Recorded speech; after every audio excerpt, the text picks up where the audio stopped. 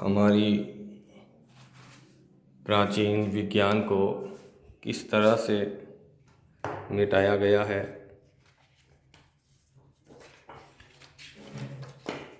मैं आपको एक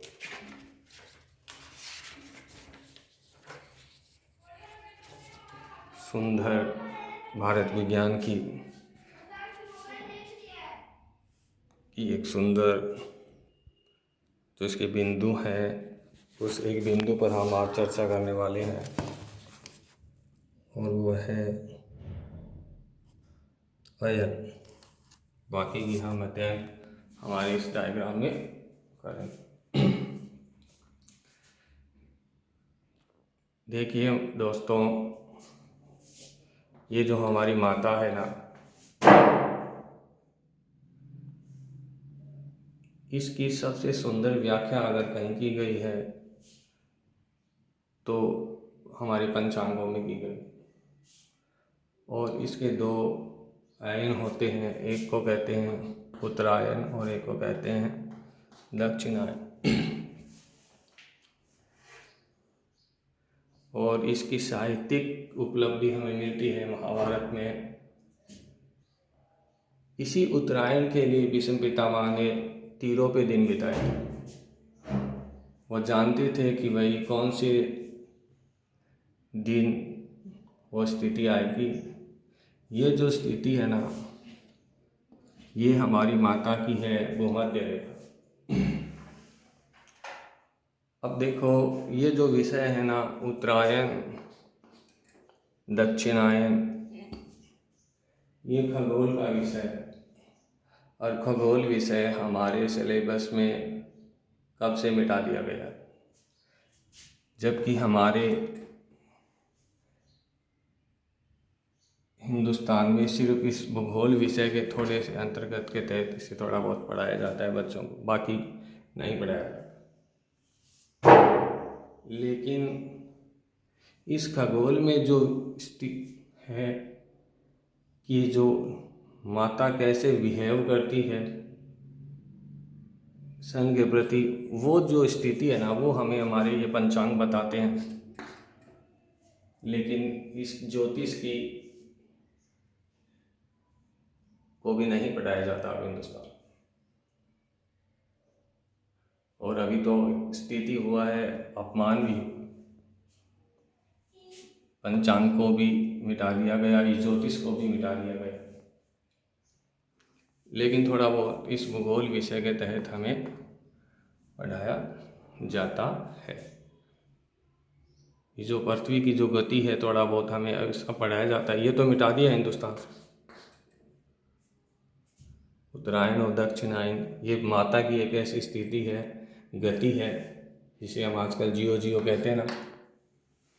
अब देखो, हम अपने टॉपिक पे आते हैं। ये तो कब से मिटा दिया गया, लेकिन अब जो स्थिति है ना कोरोना, उसका इस माता की गति की वजह से, किसी के साथ गति होने लग रही है, उसी की वजह से ये भारत में अभी स्थिति हो गई है कोरोना।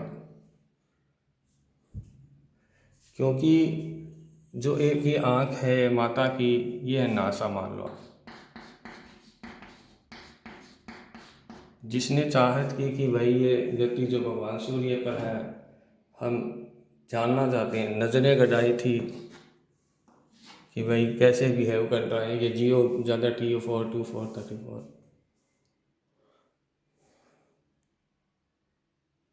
और जो दूसरी आंखें हैं ना,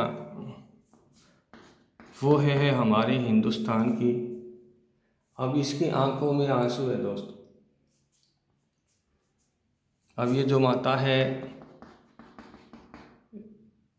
इस कोरोना की वजह से रोने लगी।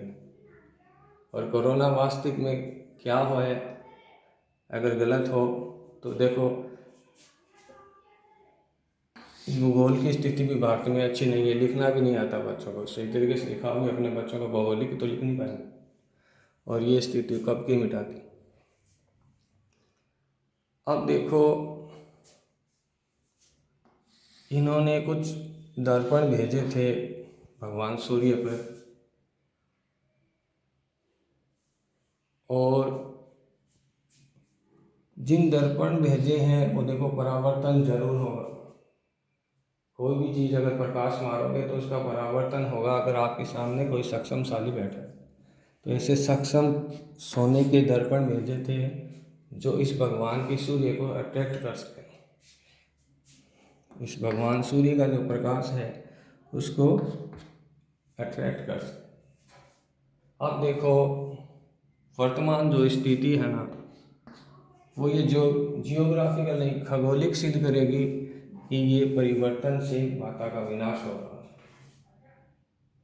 अब जो स्थिति मैं आपको बता रहा हूँ ये होता है जीरो, भूमध्य रेखा।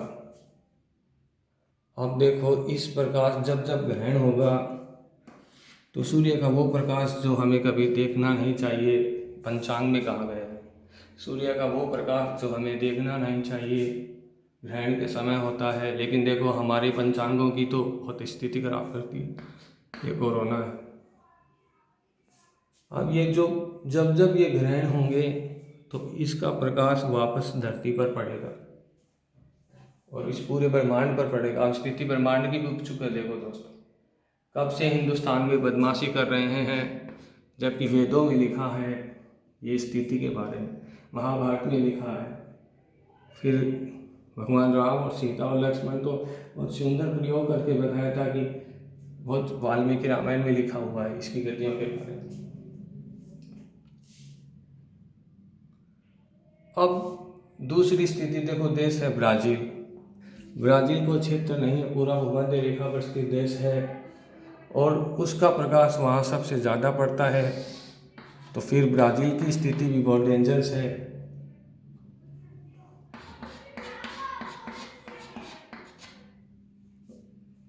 और सबसे ज़्यादा प्रभाव इसी पर पड़ रहा है। और हिंदुस्तान में तो देख लो दोस्तों, स्थिति बहुत विकट है। अब आपका जब कभी कोई हड़प्पा में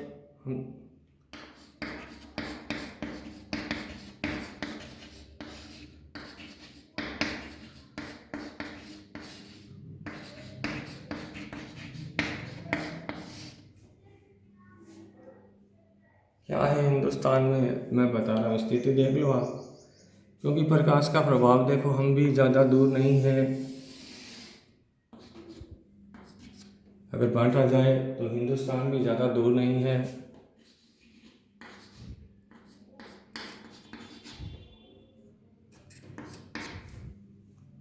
भारत की स्थिति भी इस माता की ऐसी ही है, चाहे बम्बे से नाप लो, चाहे पूना से नाप लो, चाहे जापान से नाप लो।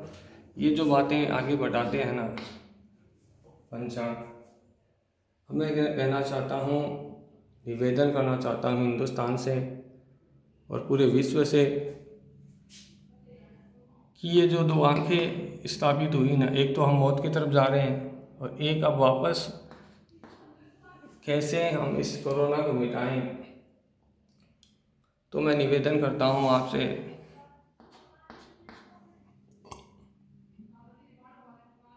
मोदी जी, कि आप हिंदुस्तान में एक ऐसी संस्कृति की शुरुआत करो और निवेदन करो पूरे हिंदुस्तान से और विश्व से कि इसके एक अर्घ दें हम। एक हिंदुस्तान में एक ऐसी रीति चलाएं, क्योंकि रमज़ान में भी चांद का ही अध्ययन होता है दोस्तों, और चांद पर तो कब टट्टीमूत करके है पता ही नहीं। लेकिन ये स्थिति है ना जियो, इस पे मैं आज आपको चर्चा करना चाहता हूँ। ये जो विषय है ना, उसे कहते हैं ज्योतिष।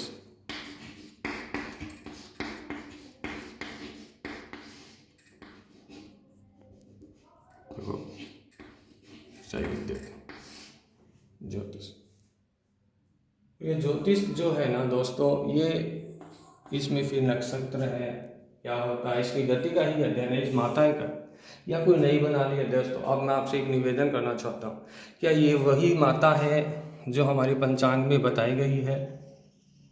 लेकिन उन पंचांगों को नहीं तो ऐसे कभी पढ़ाया जाए, जबकि कितनी बड़ी साइंस है यही तो बढ़ाया जाता है, लेकिन देखो खगोल मिटा दिया है हिंदुस्तान से।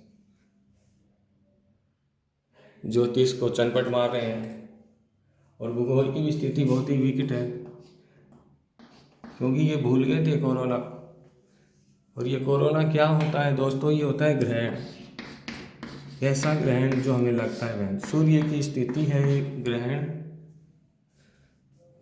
उस वक्त जो स्थिति बनती है उसे कहते हैं कोरोना। और ये जो दर्पण स्थापित किए हैं, अगर इन्हें डिस्ट्रॉयड नहीं करोगे तो ये जो कोरोना है ना, ये ऐसे ही उन्हीं ग्रहण के समय पृथ्वी पर चमकेगा, आएगा, मारेगा। तो आप बचना चाहते हो तो ये भगवान को एक अर्घ दीजिए।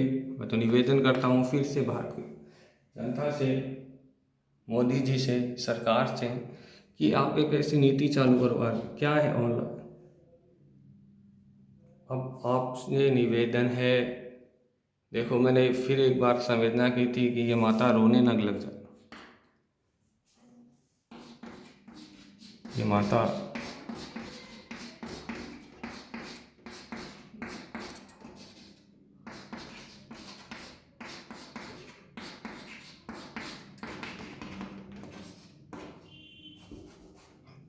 माता रोने ना लग जाए। इन पर